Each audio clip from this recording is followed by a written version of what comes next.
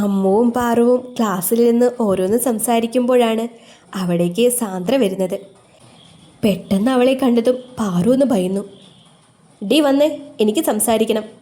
അധികാരഭാവത്തിലുള്ള വിളി അമ്മുവിന് ഒട്ടും ഇഷ്ടമായില്ല. ചേച്ചിക്ക് എന്താ പറയാനുള്ളതെന്ന് വെച്ചാൽ ഇവിടെ നിന്ന് പറഞ്ഞാൽ മതി. ഞങ്ങൾക്കിപ്പോൾ ക്ലാസ് ഉള്ളതാണ്. അതിന് നിന്നോട് സംസാരിക്കണമെന്ന് ഞാൻ പറഞ്ഞില്ലല്ലോ. എനിക്ക് വേണ്ടത് ഇവളെയാണ്. അവൾ എൻ്റെ ഒപ്പം വരികയും ചെയ്യും, അല്ലേ പാർവതി? സാന്ദ്ര അമ്മുവിനു നേരെ ദേഷ്യത്തിൽ പറഞ്ഞതും പാറു ഒന്ന് പേടിച്ചു. വേണ്ട അമ്മു, പ്രശ്നത്തിനൊന്നും പോകണ്ട. ഞാൻ ചേച്ചിക്ക് എന്താ പറയാനുള്ളതെന്ന് കേട്ടിട്ട് വരാം. ദയനീയമായി പറയുന്ന പാറുവിനെ അമ്മു ഒന്ന് നോക്കി. ശരി, പിന്നെ ചേച്ചി ഒരു കാര്യം ഓർക്കുന്നത് നല്ലതാണ്. ഇവളിപ്പോൾ നിങ്ങളുടെ വീട്ടിൽ ആട്ടും തുപ്പും കേട്ടുകഴിഞ്ഞ പെണ്ണല്ല. ദേവിൻ്റെ പെണ്ണാണ് അവള്. ആ ഒരു ചിന്ത മനസ്സിലുണ്ടാകുന്നത് ചേച്ചിയുടെ ആരോഗ്യത്തിന് നല്ലതായിരിക്കും. അമ്മു ഒരു ഭീഷണി സ്വരത്തിൽ പറഞ്ഞതും സാന്ദ്ര അതിനെ പുച്ഛിച്ചുകൊണ്ട് പാറുവിനെ നോക്കി പുറത്തേക്ക് നടന്നു. അവർ നേരെ ചെന്നത് PG ബ്ലോക്കിലെ തന്നെ ഒരു ഒഴിഞ്ഞ ക്ലാസ് റൂമിലേക്കാണ്. നീ എവിടെയാ താമസം? ദേവിൻ്റെ ഒപ്പാണോ? പാറുവിനെ രൂക്ഷമായി നോക്കിക്കൊണ്ട് അവൾ ചോദിച്ചു. ആ, അല്ലെങ്കിലും എനിക്കറിയാമടി നീയൊരു നന്ദിയില്ലാത്തവളാണെന്ന്. തന്തയും തള്ളയും ചത്തുമലച്ചിട്ടും ഇത്രയും നാളും നിന്നെ തീറ്റിപ്പോറ്റിയ എൻ്റെ അച്ഛനും അമ്മയ്ക്കും പുല്ല് വില കൊടുത്ത് നീ അവൻ്റെ ഒപ്പം പോയല്ലോ. നിനക്ക് അത്രയ്ക്ക് മൂത്ത് കിടക്കുമായിരുന്നോടി പിഴച്ചവളെ. സാന്ദ്ര അവളുടെ മുഖത്ത് നോക്കി അറപ്പോടെ വിളിച്ചു പറഞ്ഞതും പാറുവിൻ്റെ കണ്ണുകൾ നിറഞ്ഞു. തുടങ്ങിയല്ലോ പൂങ്കണ്ണീര്. നീ എന്താ വിചാരിച്ചത്? അവനൊപ്പം പോയാൽ അങ്ങ് രക്ഷപ്പെടാമെന്നോ? അവൻ്റെ ആവശ്യം കഴിയുമ്പോൾ കറിവേപ്പില പോലെ വലിച്ചെറിയും നിന്നെ. ചേച്ചി വേണ്ട, അങ്ങനെയൊന്നും പറയല്ലേ. ഞാൻ പറഞ്ഞത് സത്യാടി. അവൻ്റെ കാര്യം കഴിയുമ്പോൾ കൂടെ ഉള്ളവർമാർക്ക് കൂടി നിന്നെ അവൻ. നിർത്ത്, ഇനിയൊരു അക്ഷരം മിണ്ടരുത്. പാറു ചുവന്ന കണ്ണോടെ നോക്കി. ഓ, നിനക്ക് ദേഷ്യം വരുന്നുണ്ടോ? നടക്കാൻ പോകുന്ന കാര്യാടി ഞാൻ പറഞ്ഞത്. നിന്നെ വിറ്റവൻ. സാന്ദ്രയുടെ കണ്ണുകൾ തുറിച്ചു. ഒരു നിമിഷം വേണ്ടി വന്നു അവൾക്ക് നടന്നത് എന്താണെന്ന് മനസ്സിലാക്കാൻ. ചി, നിങ്ങൾ ഇത്ര വൃത്തികെട്ട മനസ്സുള്ളവളായിരുന്നു. സഹോദരിയായി കാണണ്ട, ഒരു സ്ത്രീ എന്ന പരിഗണനയെങ്കിലും തരാമായിരുന്നില്ലേ? കാശിയേട്ടൻ എന്നെ കൂടെ കൂട്ടിയത് ഉപേക്ഷിക്കാനല്ല. അദ്ദേഹം എങ്ങനെയാണെന്ന് നിങ്ങൾ എനിക്ക് പറഞ്ഞു തരേണ്ട കാര്യമില്ല. ഞങ്ങളുടെ ഇനിയുള്ള ജീവിതം എങ്ങനെയെന്ന് നിങ്ങളെ ബോധിപ്പിക്കേണ്ട കാര്യവും എനിക്കില്ല. പിന്നെ നന്ദിയുടെ കാര്യം, ഞാൻ അവിടെ നിന്നും ഒരു ഉരുളയെങ്കിലും കഴിച്ചിട്ടുണ്ടെങ്കിൽ അതിൻ്റെ ഇരട്ടി അവിടെ ജോലി ചെയ്തിട്ടുണ്ട്. ഞാൻ പഠിച്ചതുപോലും എൻ്റെ സ്വന്തം അധ്വാനത്തിലാണ്. ഇന്ന് നിങ്ങളുമായി ഒരു കൂടിക്കാഴ്ച പ്രതീക്ഷിച്ച് തന്നെയാണ് വന്നത്. പക്ഷേ ഇത്ര തരം താഴ്ന്ന രീതിയിൽ നിങ്ങൾ പ്രവർത്തിക്കുമെന്ന് ഞാൻ വിചാരിച്ചില്ല. ഇനിമേലിൽ നിങ്ങളെന്നെ കാണാൻ വരരുത്.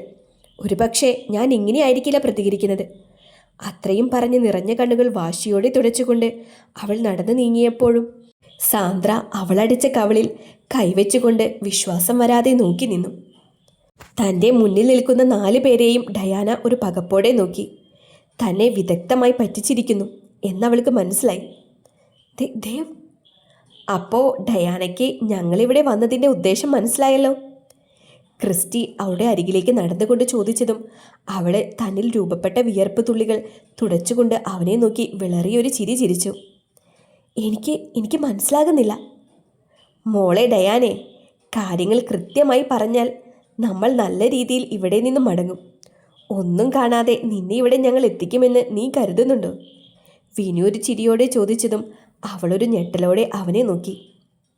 ഈ സമയം അത്രയും ദേവ് അവളുടെ മുഖത്തേക്ക് തന്നെ ഉറ്റുനോക്കുകയായിരുന്നു. പാറുവിൻ്റെ വിഷയത്തിൽ നീ, രോഹിത്, റിയ, നിങ്ങൾ 3 പേരും കൂടി പ്ലാൻ ചെയ്തത് എന്താണെന്ന് മാത്രം പറഞ്ഞാൽ മതി. അപ്പോഴും ഡയാന ഭയത്തോടെ അവരെ നോക്കിയതല്ലാതെ ഒന്നും പറയുന്നുണ്ടായിരുന്നില്ല. അവൾ മിണ്ടാതെ നിൽക്കുന്ന ഓരോ നിമിഷവും ദേവിൻ്റെ കണ്ണുകൾ ദേഷ്യത്തിൽ ചുവന്നു വന്നു. ഞരമ്പുകൾ മുറുകി. ചി, പറയടി. വിനു അലറിയതും ഡയാന പേടിയോടെ എല്ലാം പറയാമെന്ന് സമ്മതിച്ചു.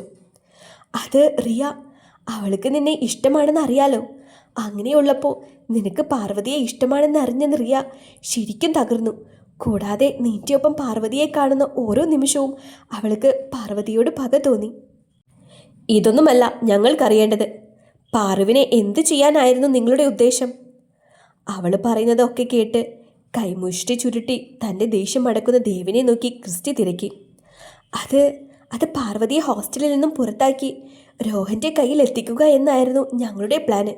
അവളെ പോലെയുള്ള ഒരു വില്ലേജ് ഗേള് ഏറ്റവും ഇമ്പോർട്ടൻ്റ് കൊടുക്കുന്നത് വെർജിനിറ്റി ആണല്ലോ. സോ രോഹൻ അവളെ യൂസ് ചെയ്. പറഞ്ഞു പൂർത്തിയാക്കും മുന്നേ ഡയാന സൈഡിലേക്ക് തെറിച്ചു വീണു.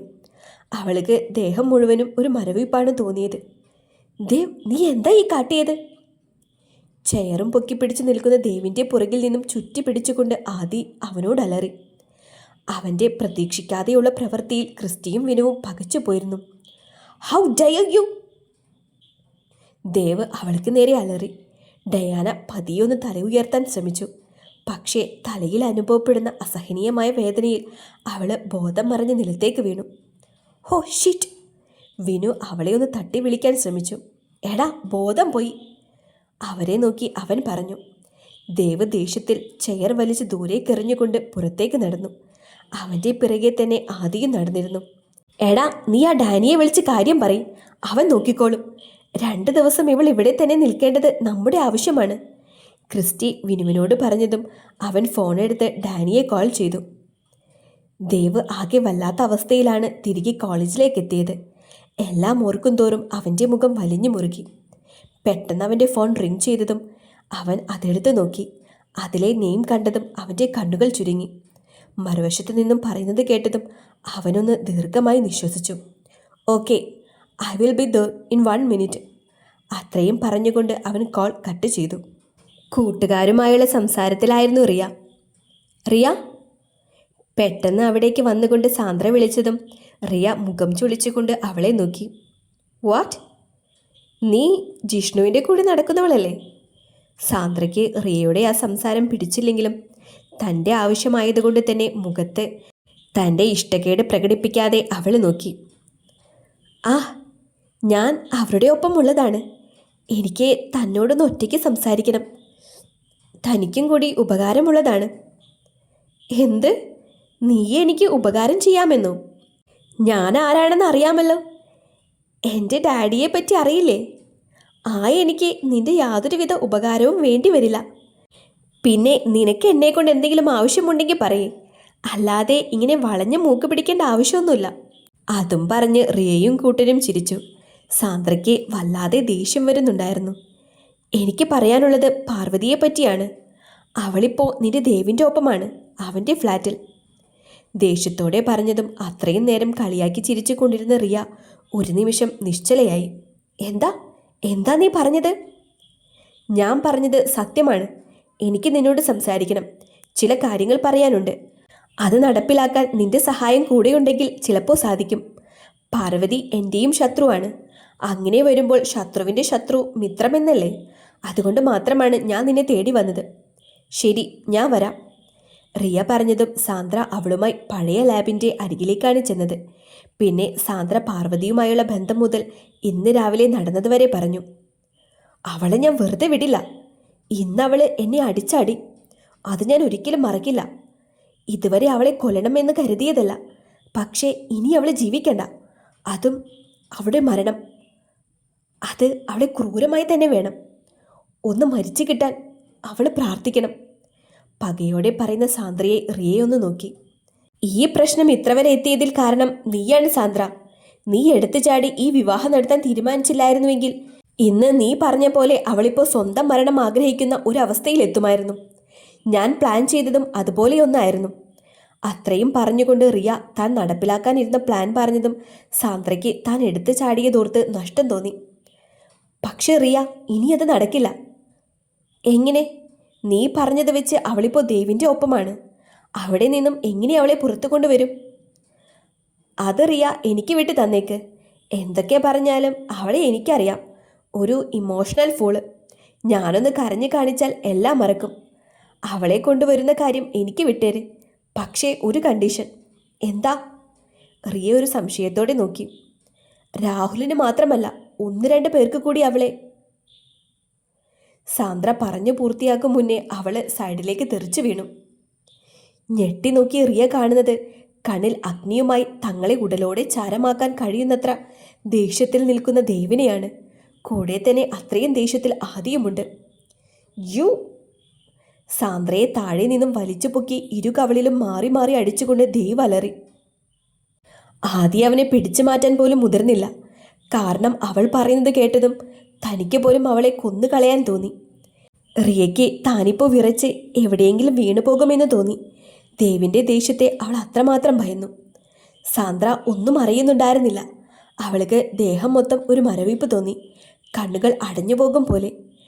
പാർവതിയുടെ ദേഹത്ത് തൊടാൻ നീ ഒന്നുകൂടി ജനിക്കണം സാന്ദ്ര. ഇന്ന് ഈ നിമിഷം മുതൽ തുടങ്ങുവാണ് നിന്റെ നാശം. വെറുതെ വിടില്ല ഞാൻ. നിന്റെയും നിന്റെ കുടുംബത്തിൻ്റെയും കൗണ്ട് ഡൗൺ തുടങ്ങിക്കഴിഞ്ഞു. അവളുടെ കഴുത്തിൽ കുത്തിപ്പിടിച്ച് പിന്നിലേക്ക് തള്ളിക്കൊണ്ട് ദേവ് മുരണ്ടു. പിന്നെ അവനൊന്ന് മുഖം തിരിച്ച് പേടിച്ച് നിൽക്കുന്ന റിയയെ ഒന്ന് നോക്കി. പിന്നെ പതിയെ അവളുടെ അരികിലേക്ക് ചുവട് വെച്ചു. റിയ അവൻ വരുന്നതിനനുസരിച്ച് പേടിയോടെ പിന്നിലേക്ക് നീങ്ങിക്കൊണ്ടിരുന്നു. Do you love me? ആ? അവൻ അല്പം പരിഹാസം കലർത്തി അവളോട് തിരക്കി. റിയ പേടിയോടെ ഇല്ലെന്ന് തലയാട്ടി. ദേവ് പൊട്ടിച്ചിരിച്ചു. ശരിക്കും ആ സമയം അവൾക്ക് വല്ലാത്തൊരു ഭയമാണ് അവനോട് തോന്നിയത്. നീ എൻ്റെ പാറൂട്ടനെ എന്തു ചെയ്യുന്നാ പറഞ്ഞത്? Tell me. റിയ ഒന്നും മിണ്ടിയില്ല. നിന്റെ ഡാഡി MLA ആണെന്നുള്ള അഹങ്കാരമല്ലേ നിനക്ക്? അപ്പോൾ നിനക്കുള്ള ആദ്യത്തെ ഗിഫ്റ്റ് അതിൽ നിന്ന് തന്നെ തുടങ്ങാം. അവൻ പറഞ്ഞതും റിയ ഒരു സംശയത്തോടെ നോക്കി. ആദി കൈകൾ കെട്ടി നിന്നുകൊണ്ട് റിയയുടെ മുഖഭാവം ശ്രദ്ധിക്കുകയാണ്. ദേവ് തൻ്റെ ഫോണെടുത്ത് അവൾക്ക് നേരെ നീട്ടി. അതിലേക്ക് നോക്കി റിയയുടെ കണ്ണുകൾ മിഴിഞ്ഞു. പക്ഷേ ദേവ് പെട്ടെന്ന് തന്നെ അവളിൽ നിന്നും അത് മാറ്റി. എന്തൊക്കെ പറഞ്ഞാലും നീയൊരു മകളാണ്. ഇനി മുന്നോട്ടുള്ളത് ഒരു മകൾ കാണാൻ പാടില്ലാത്ത കാഴ്ചയാണ്. കൂടെയുള്ളത് ആരാണെന്ന് മനസ്സിലായല്ലോ. എതിർ പാർട്ടിയിലെ അംഗം സുബല പ്രദീപ്. ഈ ഒരൊറ്റ വീഡിയോ മതി നിന്റെ അച്ഛൻ്റെ രാഷ്ട്രീയ ജീവിതം തകർന്ന് ധരിപ്പണമാകാൻ. അവൻ്റെ വാക്കുകളിൽ റിയ ഞെട്ടിത്തെരിച്ചു നിന്നു. ദേവ് വേണ്ട, ഞാനിനി ഒന്നിനും വരില്ല. റിയ വെപ്രാളത്തിൽ പറഞ്ഞതും ആദി പൊട്ടിച്ചിരിച്ചു. Oh my God, college queen ഇങ്ങനെ ഒരാളുടെ മുന്നിൽ കെഞ്ചുകയോ? അവനൊരു കളിയാക്കി ചിരിയോടെ തിരക്കി. റിയ പക്ഷേ അതൊന്നും കേട്ടത് പോലുമില്ല. അവൾക്ക് അച്ഛൻ്റെ MLA സ്ഥാനം പോയാലുള്ള അവസ്ഥ ചിന്തിക്കാൻ കൂടി കഴിയുന്നുണ്ടായിരുന്നില്ല. പ്ലീസ് ദേവ്, ഞാനിനി ഒന്നിനും വരില്ല. ഞാൻ എന്ത് വേണമെങ്കിലും ചെയ്യാം. റിയ പറഞ്ഞതും ദേവ് അവളെ ഒരു പുച്ഛത്തോടെ നോക്കി. ശരി, എങ്കിൽ ഞാൻ പറയുന്നത് നീ ചെയ്ത് കാണിക്ക്. റിയ അവനെ നോക്കി. ഞാൻ എന്താണെങ്കിലും ചെയ്യാം. പിന്നീട് ദേവ് പറയുന്ന കാര്യങ്ങൾ കേട്ടതും റിയ അവിടെ ഒരു മൂലയിൽ ബോധമില്ലാതെ കിടക്കുന്ന സാന്ദ്രയെ നോക്കി. എന്നാലും എൻ്റെ പാറുവേ, എനിക്കങ്ങോട്ട് വിശ്വസിക്കാൻ പറ്റുന്നില്ല. സാന്ദ്രയുടെ അരികിൽ നിന്നും വന്നതും പാറു അമ്മുവിനെ ഇറുക്കി കെട്ടിപ്പിടിച്ച് കരയുകയാണ് ചെയ്തത്. കുറച്ച് സമയത്തേക്ക് അമ്മുവും ഒന്നും മിണ്ടിയില്ല. പിന്നെ ക്ലാസ്സിലുള്ളവരുടെ ശ്രദ്ധ തങ്ങൾക്ക് നേരെ ആയത് കണ്ടതും അമ്മു പാറുവുമായി പുറത്തേക്ക് നടന്നു. അമ്മു പാറു പോയതിന് പിറകെ തന്നെ ദേവിനെ വിളിച്ച് അവൾ സാന്ദ്രയുടെ ഒപ്പം പോയ വിവരം അറിയിച്ചിരുന്നു. കോളേജിന് സൈഡിലായി നിരവധി തണൽ മരങ്ങളുണ്ട്. മിക്കതിന് ചുവട്ടിലും തടി കൊണ്ടുള്ള ഇരിപ്പിടമുണ്ട്. അതിലൊന്നിന് ചുവട്ടിലായി അമ്മു പാറുവുമായി വന്നിരുന്നു. കുറേ സമയം കഴിഞ്ഞതിന് ശേഷമാണ് പാറു നടന്നതൊക്കെ പറഞ്ഞത്. ആദ്യം അവൾ പറയുന്നത് കേട്ട് ദേഷ്യം വന്നെങ്കിലും അവസാനം പാറു അവളെ അടിച്ചെന്ന് പറഞ്ഞതും അമ്മു വായും പൊളിച്ചിരുന്നു പോയി.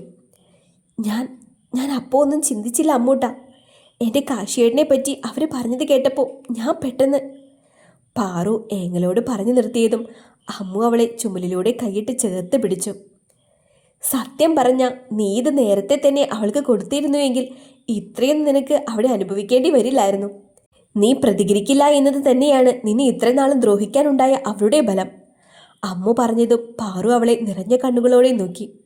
വിട്ടേക്കടി, അവർ നിന്റെ ആരുമല്ല. നിനക്ക് അമ്മയായും സഹോദരിയായും ഒരേ ഒരാളേ ഉള്ളൂ. അതീ മൃദുലയെന്ന നിന്റെ മാത്രം അമ്മൂട്ടനാണ്. അതുകൊണ്ട് നീ ആവശ്യമില്ലാത്ത കാര്യമോർത്ത് സങ്കടപ്പെടണ്ട. പിന്നെ നിന്റെ ഇപ്പോഴത്തെ ഈ സങ്കടത്തിനുള്ള മരുന്ന് നല്ല സ്റ്റൈലായിട്ട് നടന്നു വരുന്നുണ്ട്. തങ്ങളുടെ അരികിലേക്ക് വരുന്ന ദേവിനെ നോക്കി അമ്മ ഒരു കള്ളച്ചിരിയോടെ പറഞ്ഞു നിർത്തി. അവനെ കണ്ടതും മറ്റെല്ലാം മറന്നുകൊണ്ട് പാറു ഓടിച്ചെന്ന് ആ നെഞ്ചിലേക്ക് ചാഞ്ഞിരുന്നു.